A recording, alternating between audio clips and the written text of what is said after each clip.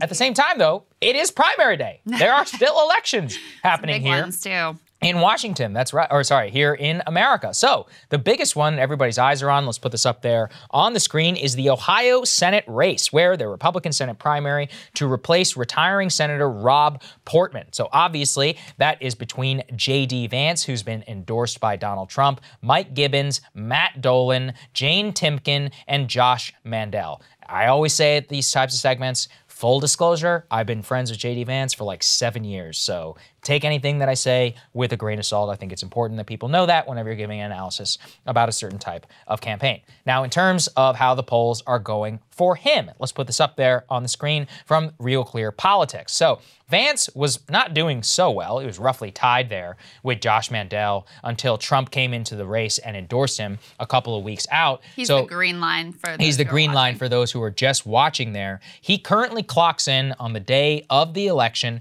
at 26%. Now, keep in mind, these are averages of just 2 polls from the Trafalgar Group and from Emerson. We don't have a lot of high-quality polling out of this race. It truly, anything could happen. Now, number 2, Josh Mandel at 22.5%.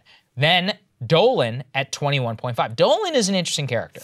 So Dolan is a multi-millionaire owner, I guess, Cleveland, what is it called now? The Guardians? Okay, the Cleveland Guardians. And this is relevant, by the way, to the race. So one of the owners of this team, so he has burned about $10 million of his own money in ads in order to try and buy the nomination. Now, to be fair, he's actually a very anti-Trump guy. He's criticized Trump whenever it came to January 6th. So a lot of never Trump folks are looking at this and kind of hoping that it'll play out. I honestly have no idea. If I had to bet, I don't think he's going to win. My understanding is that he's not exactly anti-Trump in that he said he voted for him twice, that he would vote for him again if he's the nominee, but he takes the approach of like, time to move on from the election stuff. And he's very clear about it too.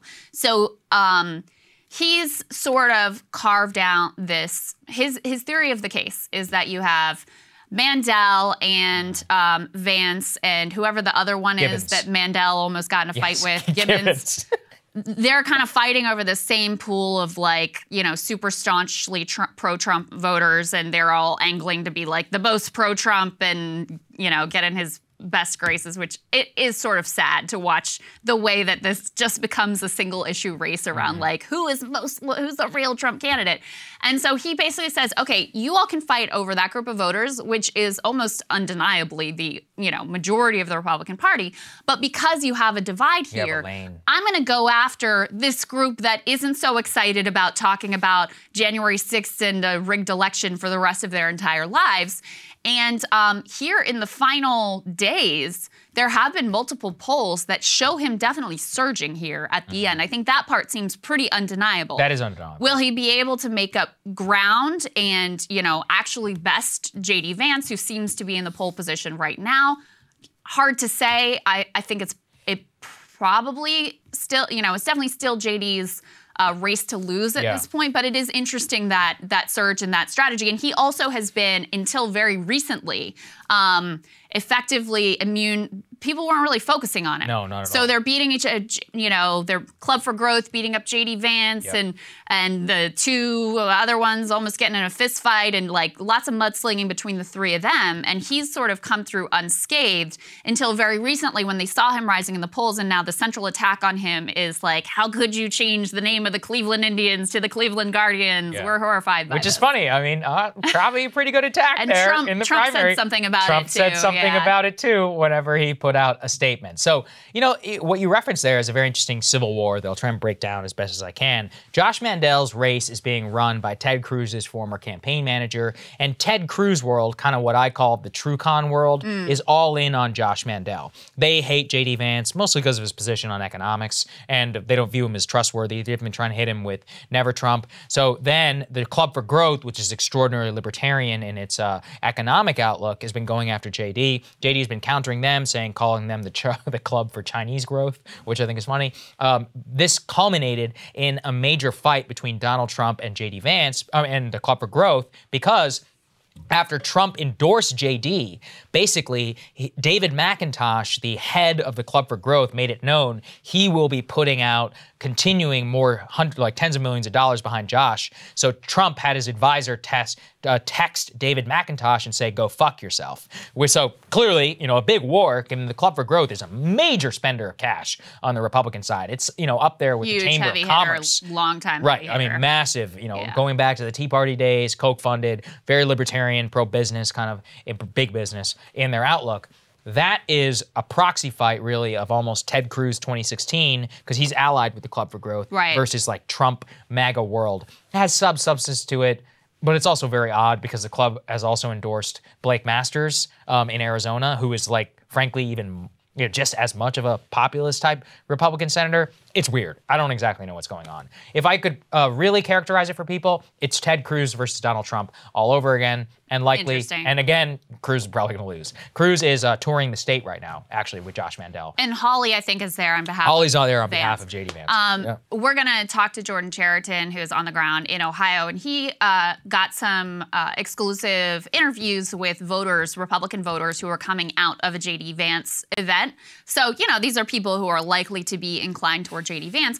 The thing that I found most interesting about what they had to say is, of course, Jordan asked every one of them, what do you think about the stuff that he said about Trump before? Right. And all of them, again, this is coming out of a JD Vance event, so keep that in mind. But even the ones who were undecided said, I don't really care. Some of them were like, I wasn't sure about Trump. Some were like, I knew plenty of people who weren't sure about Trump at the beginning.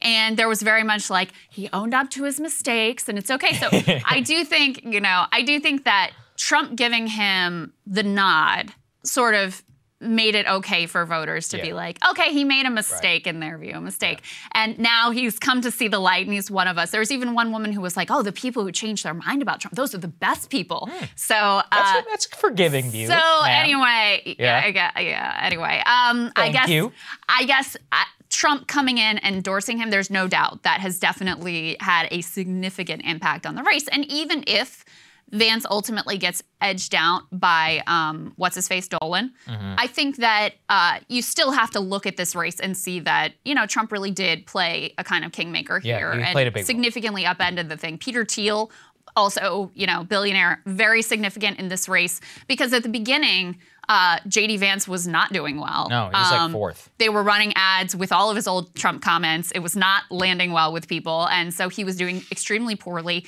And the two forces that really kind of propped him up were Peter Thiel from the money perspective and Tucker Carlson from the media perspective. And the reporting is that Tucker and Don Jr. were very influential in getting Trump to ultimately give him the nod.